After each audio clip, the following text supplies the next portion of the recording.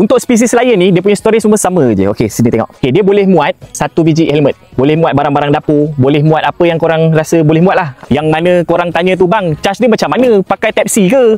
Korang ni, kelakor pula aku tengok. Ni dulu saya pakai yang ni. Masa standard lah. Masa bateri standard.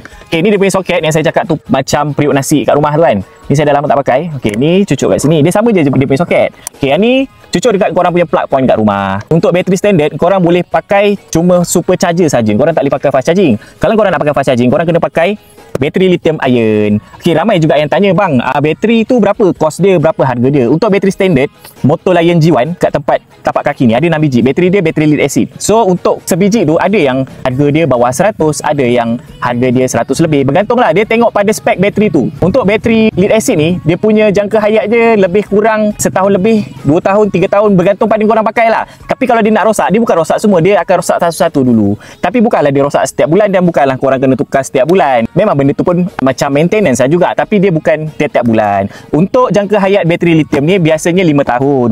So korang boleh pakai dan korang boleh jimat lah setiap bulan. Untuk rider delivery ke kan, korang kena upgrade bateri lah untuk dapatkan range jauh sikit. Lepas tu untuk yang berbadan besar, korang kena upgrade bagi power lagi supaya boleh menampung korang punya berat badan.